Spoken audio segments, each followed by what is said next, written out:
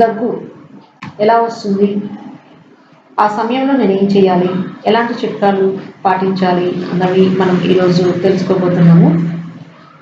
శ్వాసక్రియకు ఆటంకం ఏర్పడినప్పుడు దగ్గు అనేది రావడం జరుగుతుంది. ఇది ఎక్కువగా వాతావరణ మార్పుల వలన వస్తుంది. అంతేకాకుండా టెన్షన్ పడినప్పుడు కూడా దగ్గు వస్తుందండి. చాలామందికి ఈ విషయం తెలుసుకోలేరు. టెన్షన్ అంటే మనం చేసే పనులలో ఎలాంటి ఆటంకాలు వస్తున్నా కూడా మనం టెన్షన్ పడిపోతూ ఉంటాము. టెన్షన్ పడడం వల్ల కూడా దగ్గు అనేది వస్తుంది. శీతల పానీయాలను సేవించడం వలన కూడా వస్తుంది. శ్వాస మార్గంలో ఏవైనా పదార్థాలు లోపలి ప్రవేశించినప్పుడు వాటిని బయటికి పంపడానికి చేసే ప్రయత్నమే దగ్గు. దగ్గుతో బాధపడేవారు శీతల పదార్థాలకు దూరంగా ఉండాలి. అంటే చల్లని ఐటమ్స్ తినకుండా ఉండడానికి ప్రయత్నం చేయండి.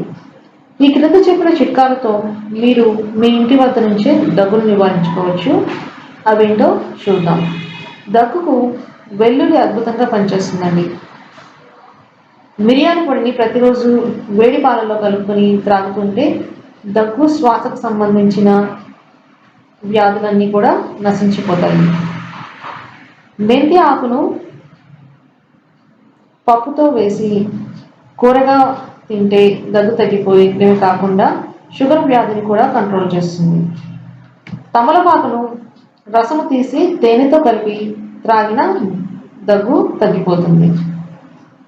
ముదిరిన నల్లేరును ఎండబెట్టి చూర్ణం చేసి తేనెతో చేస్తే దగ్గు, ఆయాసం తగ్గుతుంది.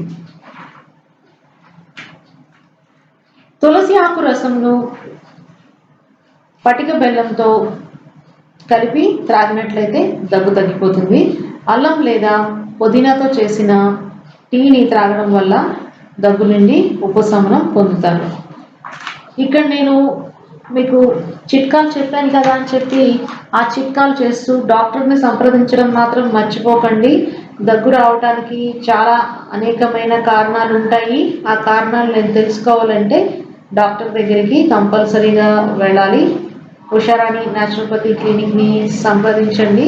మన దగ్గర ఆక్యుపంక్చర్లో మంచి ట్రీట్మెంట్ ఉంది, ఆయుర్వేదిక్లో కూడా మంచి ట్రీట్మెంట్ ఉంది. ఎలాంటి సైడ్ ఎఫెక్ట్ లేకుండా మనం ట్రీట్మెంట్ చేయగలము. ఎవరికైనా Usharani naturopathy clinic doctor Radhika Lella consultation కావాలనుకుంటే 7995937939కి వాట్సాప్ మెసేజ్ చేయండి. మీకు నచ్చినట్లయితే వీడియోని ఫార్వర్డ్ చేయండి, సబ్స్క్రైబ్ చేయండి. ఇలానే చూస్తూ ఉండండి. మళ్ళీ నెక్స్ట్ ఎపిసోడ్లో మరిన్ని చిట్కాలతోటి కలుద్దాం.